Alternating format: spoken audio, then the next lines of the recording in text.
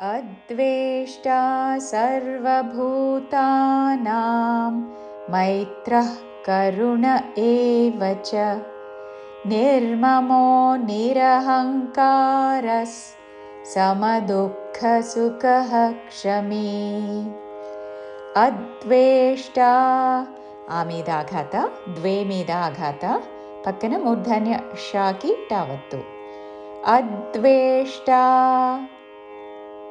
సర్వభూతానాం మహాప్రాణాక్షము భూ దీర్ఘముతో భూతానాం అద్వేష్టా సర్వభూతానాం మైత్రః కరుణ మేత్ర కాదు మై ఐత్వముతో మైత్రః కరుణ విసర్గ తర్వాత కాతో పదము మొదలవుతున్నది కాబట్టి నాభి నుండి శ్వాస వదిలి చివరిన ఖ లాగా ఉచ్చారణ.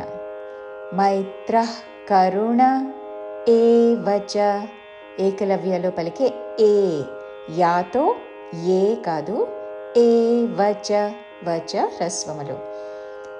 మైత్రః కరుణ ఏవచ నిర్మమో నిర్మమో నిరహంకారస్ నిరహంగ్ ఆ పక్కన అంగ్కి కావత్తు నిరహంకారస్ విసర్గ తర్వాత సాతో పదం మొదలవుతున్నది కాబట్టి స ఉచ్చారణ.